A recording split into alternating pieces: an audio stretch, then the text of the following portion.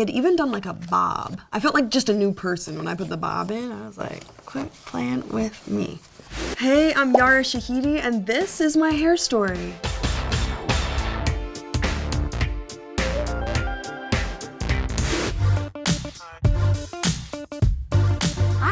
My Imagine That premiere. So my mama did my hair here. It was my favorite 2-strand twist. I lived in 2-strand twists, so much so that they ended up incorporating them into the movie. I didn't get just any 2-strand twists this day. Look at this parting. Can we talk about it? Can we talk about the braids into the twists? Honestly, one of my favorite looks to this day. Imagine That itself, I remember we probably rotated between like 3 or 4 looks, but because I went in and out of 2-strand twists and stuff, it was really a masterclass in trying to figure out how we could save time. Also, oftentimes when you get to set, they're like, great, you have 30 minutes to do hair, and that works with straight hair, but if you want us to switch styles and all of that, you have to be really strategic. I didn't watch much TV growing up, and so I knew Eddie Murphy as the donkey from Shrek, which, I mean, it's blasphemous considering his lengthy, notable career, but just as a 7-year-old, that's what I knew. I knew that, and I knew that he kind of looked like my uncle. As I stepped away from that experience, I started to realize, oh, this is actually a really big deal, but we had such a great time. I think it's what made me enjoy what I do.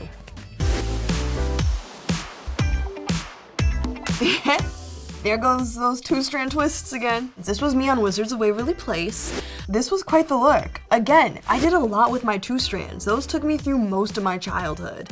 I have it kind of braided at the front and 2-stranded, and oftentimes, with the exception of Imagine That and a couple other projects, for the most part, we'd have to come with my hair done, and then people would kind of finesse it, but it was not a given that people would know how to do my hair on set. I think they probably added this bow to the situation and called it a day. And what's funny, and what we've realized, especially being Black and starting in commercials, is that a lot of people didn't realize our hair could change. That I could have one look one day and another look another day. And I remember Mommy reflecting on an experience where our casting director was talking about loving an actress, but just not loving her hair, and Mommy being like, you know that she could change her hair. That meant, on the flip side, that however you showed up to the audition is most likely how they wanted you to show up on set.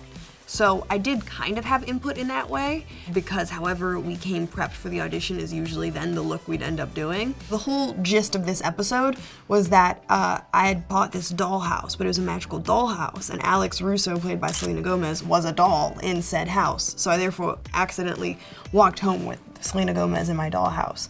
I just remember her being lovely. I remember coming to set and her giving me this big hug. And I think that's why I'm grateful for all of my experiences as a kid. Being on Wizards of Waverly Place was a big deal. Blackish era. Blackish pilot. One of the only times I think Zoe ever has straight hair was the pilot. There came a moment where people, not for Blackish, but people would generally start requesting my hair straight. And I remember the trouble of having to undo that damage for years. It wasn't just like if I were to straighten my hair casually in my life and it would slowly get thicker and I may touch it up now and then. It was constant heat. It was constantly redoing it. So I remember this was kind of the end of my straight hair on television era. Also because I think, you know, Kenya Barris, who has a ton of daughters himself, wanted Zoe to be reflective of all the styles that young Black girls use. And so from that point forward, Zoe just kind of became this way in which we reflected all of the cool and hip and interesting styles that we could do with our hair. By season 2 of Blackish, I stopped using heat altogether because my hair had really, I think, felt the effects of the damage of just consistent heat every day, which gave my hair time to recover, and I think why I enjoy my curls so much. Everyone knows, with skin or with hair, it feels like the perpetuating cycle. You know, you have damaged hair, which is why you need to use a heat tool to make the curls look like you want the curls to look. This was one of my favorites. I think there was a long braid behind this one. And then this was Ruby and Pops' wedding. So of course I had to do something playful, youthful.